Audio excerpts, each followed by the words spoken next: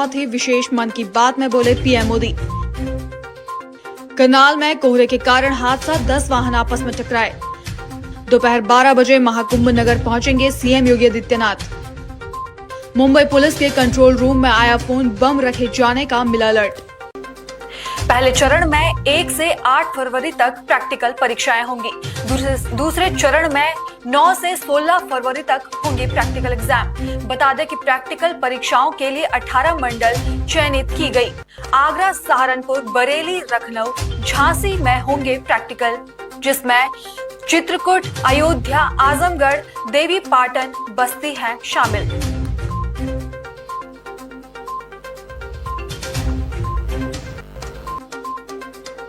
SOG और कोतवाली police को मिली संयुक्त कामयाबी। पकड़े गए जरायम तस्करों के पास से करीब 3 लाख कीमत का 28 किलो गांजा बरामद। इंदरगढ़ के देवेंद्र सिंह कार ने तस्कर कर ले जा रहा था गांजा।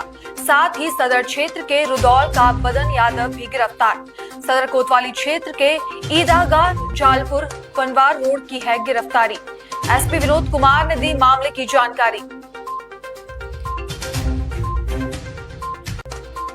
ये चेकिंग के दौरान कोतवाली क्षेत्र पनवारा के पास हमारे प्रभारी निरीक्षक कोतवाली, सर्विलांस प्रभारी और एसओजी प्रभारी ने एक चेकिंग के दौरान 2 लोगों को गिरफ्तार किया है। इसमें एक देवेंद्र सिंह है, ये इंदरगढ़ थाना क्षेत्र का रहने वाला है, और दूसरा बदन सिंह है जो कोतवाली क्षेत्र का रहने वाला है। इनको गिरफ्तार किए हैं और इनके पोजीशन से 28 किलो गांजा बरामद हुआ है, जिसकी कीमत करीब 3,25,000 रुपए है।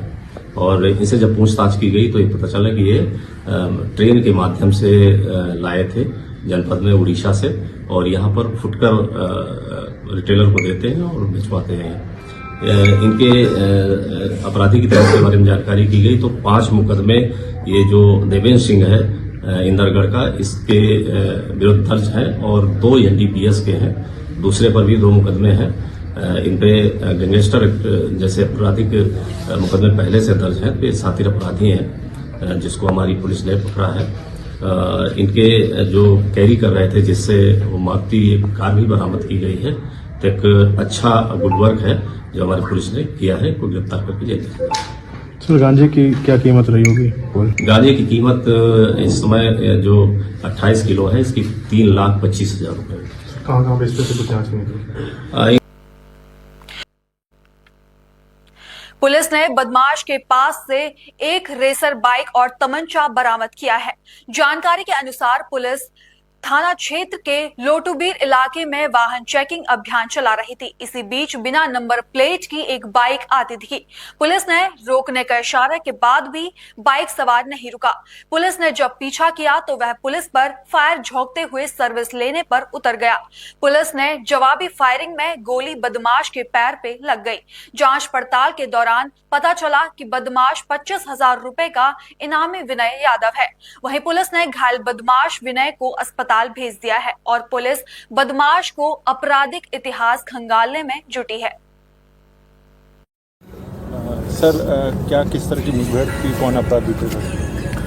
ये पुलिस कमिश्नरेट वाराणसी में लूट, डकैती इत्यादि की अपराध की रोकथाम हेतु लगातार ऑपरेशन चक्रव्यूह के तहत विभिन्न जगहों पर चेकिंग किया जा रहा था। उसी क्रम में थाना लंका लोटूबीर अंडरपास के पास चेकिंग किया जा रहा था ऑपरेशन चक्रव्यूह के तहत। चेकिंग के दौरान बिना नंबर प्लेट के एक संदिग्ध गाड़ी हमको दिखी, जिसमें पुलिस रोकने के प्रयास किया, लेकिन वहां से एक व्यक्ति तेज़ रफ्तार से वहां से भागने की कोशिश किए थे। जब संदेह हुआ था पुलिस को, इनको पीछा किया गया था और लोटूबीर अंडरपास से इन्होंने सर्विस लेन से भागने की कोशिश किया था। वहाँ इन्होंने गाड़ी फिसल के वहाँ से पुलिस के ऊपर फायर करने की कोशिश की और जवाबी फायरिंग में पुलिस ने भी फायरिंग किया, जिसमें उक्त बदमाश को गोली लगी है। प्राथमिक उपचार हेतु ट्रॉमा सेंटर भेजा गया और अग्रिम विधिक कार्रवाई सुनिश्चित किया जा रहा है। पहचान क्या हुआ है बदमाश का? बदमाश थे? बदमाश का नाम है विनय यादव के नाम से वो पहचान हुई है। अभी उनका पूरा क्रिमिनल हिस्ट्री खंगाला जा रहे हैं। उनके विरुद्ध कितने मुकदमा है, क्या है, वो डिटेल रूप से आपको अवगत कराया जाएगा। वो अकेले थे या इधर कोई और भी था? इसमें एक व्यक्ति अकेले ही था और उसके साथ ये क्यों आए इधर, क्या और कोई घटना करने के लिए आया कि नहीं, उसका भी विस्तृत रूप से जांच किया जाएगा। कहाँ ले जाया गया है सर? ये ट्रॉमा सेंटर के लिए भेजा गया है इसको। डिस्ट्रिक्ट बार एसोसिएशन के पूर्व महामंत्री झलमेर सिंह ने कलेक्टर ऑफिस में पहुंचकर आरोप लगाया है कि विधायक के दबाव में चिन्हित लोगों को टेंडर फार्म बेचे जा रहे हैं। उन्होंने कहा कि डीएम ऑफिस में पीडब्ल्यूडी के बाबू टेंडर फार्म में भ्रष्टाचार कर रहे हैं। इंजमेर सिंह ने चेतावनी दी कि अगर पीडब्ल्यूडी विभाग के अधिकारी नहीं माने तो वह चंदौली से लखनऊ तक पैदल यात्रा करेंगे। विधायक के नाम पर सवाल पूछे जाने पर उन्होंने कोई जवाब नहीं दिया। कई दिनों से जानकारी मिल रही थी कि यहाँ जिले में बहुत बड़ा भ्रष्टाचार चल रहा है। किसके द्वारा चलाया जा रहा है ये ज्ञात नहीं हुआ है, लेकिन आज उसका स्वच्छंद प्रमाण तब मुझे मिला कि आज पीडब्ल्यूडी विभाग द्वारा जो अभी टेंडर हो रहे हैं उसमें एक कर्मचारी को यहाँ टेंडर बेचने के लिए डीएम ऑफिस में लगाया गया था। पीडब्ल्यूडी ऑफिस में किसी व्यक्ति को टेंडर मिल रहा है कि नहीं मिल रहा है मुझे नहीं पता, लेकिन जब डीएम ऑफिस में एक ठेकेदार आया और उसने हमको सूचना दी कि यहाँ पे मैं टेंडर लेने के लिए आया, लेकिन यहाँ के जो बाबू बैठे हुए हैं पीडब्ल्यूडी के वो टेंडर दे नहीं रहा है। जब इस बात की शिकायत मुझे मिली तो चूंकि हमारे यहाँ काफी दिनों से 2 टेंडर पड़ रहे हैं, आप देखिएगा पूरे जिले में प्रदेश का यह पहला जिला है जहां पे सिर्फ 2 टेंडर होते हैं। क्यों होते हैं? और उसका जो बिलों का जो रेशियो है वो होता है 1%, 0.5%, और जिसमें 3 टेंडर पड़ते हैं उसमें एक विधायक चकिया जी के यहाँ है, यहाँ कोई टेंडर मैनेज नहीं होता, वो शरीफ आदमी कहीं होंगे। तो उसमें क्या होता है कि उनके यहाँ 30% बिलों पड़ते हैं टेंडर, और 3 टेंडर के बाद जैसे ही चौथा टेंडर पड़ता है तो किसी न किसी माननीय का उस पर पैड लग जाता है जांच के लिए। ये जांच नहीं होता है, बल्कि सीधे सीधे उस ठेकेदार को डरवाया और धमकाया जाता है। अभी आप विधायक जी का नाम ले रहे थे, कौन थे विधायक, क्या है, किस पे आरोप है? विधायक जी का नाम नहीं, अब किस माननीय का पैड लगता है आप जाके जांच के लिए लोग भेजते हैं। मैं किसी का नाम नहीं ले रहा हूं, चूंकि मैं किसी को जानता नहीं हूं, ना किसी को देखा हूं। लेकिन यहाँ पे किसके दबाव से डीएम ऑफिस में जब इस तरह का भ्रष्टाचार चल रहा है कि एक पीडब्ल्यूडी का बाबू बैठ करके और ठेकेदारों को टेंडर नहीं दे रहा है, अब इससे ज्यादा क्या आप लोगों को चाहिए, जिसका सारे लोगों ने अपने सूट किया है। एडीएम साहब कह रहे हैं कि हमको जानकारी नहीं है कि यहाँ टेंडर बेचा जा रहा है, एसडीएम साहब कह रहे हैं कि हमको जानकारी नहीं है कि टेंडर बेचा जा रहा है, और वो टेंडर झोला में लेके बेच रहा है और कह रहा है कि हम किसी को टेंडर देंगे ही नहीं। पंचायत से आपकी बात हुई, उसने कुछ बताया होगा? बिल्कुल, अरे सबके सामने उन्होंने बताया। किसके इशारे पे रोका जा रहा है? अब ये तो आपका विषय है, आप चर्चा करिए और एक्सीएन से पूछिए, बाइट लीजिए एक्सीएन से। मामले को लेकर आप क्या कर रहे हैं? मामले को लेकर मैं यह कह रहा हूं कि अगर यही व्यवस्था रही तो मैं पिछले कई सालों से बार का प्रतिनिधित्व कर रहा हूं और चंदौली जिले को स्वच्छ और साफ और सुंदर बनाने की लड़ाई लड़ रहा हूं। 14-16 साल से लड़ रहा हूं और अपने व्यक्तिगत पैसे से लड़ रहा हूं, और यहां से लेकर दिल्ली तक मैं पैदल यात्रा करके चंदौली का विकास के लिए मैं चला था। और यही भ्रष्टाचार एक बार चालू रहा तो इस बार मैं लखनऊ तक पैदल चलने के लिए तैयार हूं, और अपनी चाहे उसके पीछे एक्सीएन हो, चाहे उसके पीछे विधायक हो, चाहे कोई हो, इस बार गुमराह कर रहा था। पूछताछ में नाबालिग युवती ने अभियुक्त द्वारा अपने साथ किए गए दुष्कर्म की बात बताई, जिस पर मुकदमा उपरोक्त में पॉक्सो अधिनियम के साथ अन्य धाराओं पर अभियुक्त को गिरफ्तार कर लिया गया है। ये सभी न्यायालय में चल रहे वादों में फरार थे। वरिष्ठ पुलिस अधीक्षक के निर्देश पर पुलिस टीमों ने विभिन्न स्थानों पर दबिश देकर इन वारंटियों को गिरफ्तार किया है। पिछले 2 हफ्तों में दून पुलिस द्वारा 43 वारंटियों को गिरफ्तार कर जेल भेजा गया। पुलिस महानिदेशक के निर्देशों के तहत खेलों के दौरान खिलाड़ियों, अधिकारियों और वरिष्ठ अतिथियों की सुरक्षा, यातायात व्यवस्था और बाहरी पुलिस बल के प्रबंधन पर चर्चा की गई। क्षेत्रा चौबे सयानक IRB द्वितीय ने भी सुरक्षा व्यवस्था के लिए दिशा निर्देश दिए। सिडकुल थाना पुलिस ने ब्रह्मपुत्री और अनेकी पुल के पास 3 तस्करों को गिरफ्तार किया और शराब की बड़ी खेप बरामद की। पुलिस ने तस्करी के लिए इस्तेमाल की गई सेंट्रो कार और स्कूटी भी जब्त की। पुलिस की यह कार्रवाई आगामी निकाय चुनाव और राष्ट्रीय खेलों की सुरक्षा की तैयारी का हिस्सा है।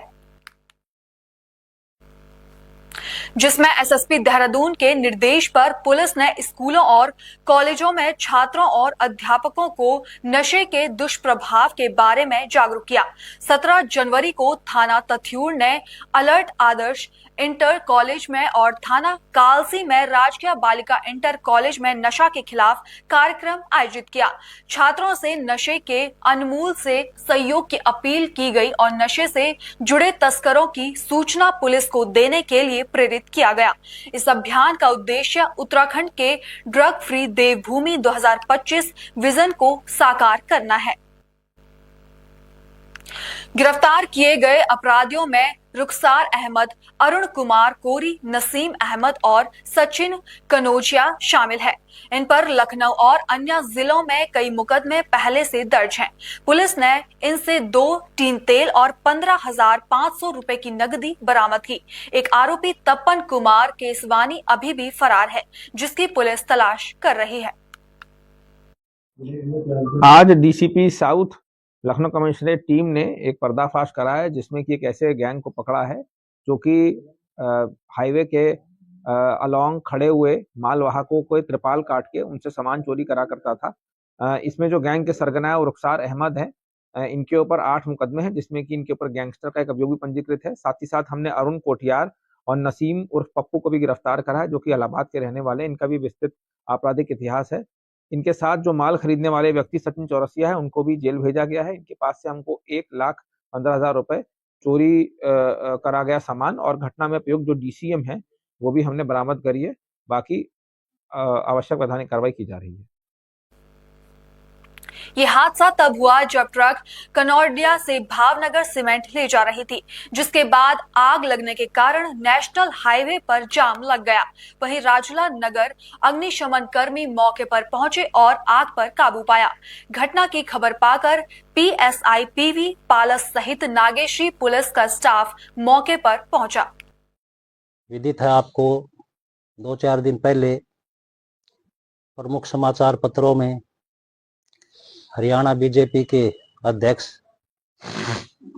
मोहनलाल बड़ौदली जी के खिलाफ एक हिमाचल प्रदेश में केस दर्ज हुआ है, जो एक षड्यंत्र के तहत, साजिश के तहत इनकी छवि को धूमिल करने के लिए, जो ये काफ़ी ऊंचाई पे जा चुके थे, इनके जो विरोधी हैं उनको ये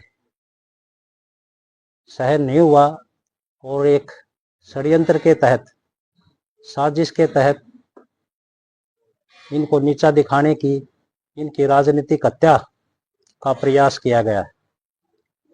आपको पता है, श्री बड़ौली जी के मार्गदर्शन में हरियाणा में तीसरी बार इनके अथक प्रयासों से बीजेपी की सरकार आई और अभी बीजेपी संगठन के इलेक्शन का दौर जारी है। और पता था और आप लोगों को भी पता है कि इनके प्रयासों के बावजूद जैसा इन्होंने काम किया उसको देखते हुए दूसरी बार इन्हें अध्यक्ष बनाया जाना था, लेकिन शरारती तत्वों ने एक ऐसा माहौल तैयार किया कि इनकी छवि को खराब किया जाए और ये अध्यक्ष या जो भी ऊंचाइयों पे जा रहे हैं उसको रोका जा सके। धीरे धीरे परतें खुल रही हैं। जिस लेडीज ने जो मुकदमा दर्ज कराया है, उनकी जो सहेली है, उसने अपने बयान में खंडन कर दिया कि जो भी आरोप लगाए गए हैं वो निराधार है। इसके बावजूद आज भी अखबार के माध्यम से पता चला है कि जो अमित बिंदल है उसने भी ये कहा है कि मेरे सामने कुछ भी ऐसा नहीं हुआ। ये तो पता है कि वे अध्यक्ष जी बिल्कुल पाक साफ हैं, लेकिन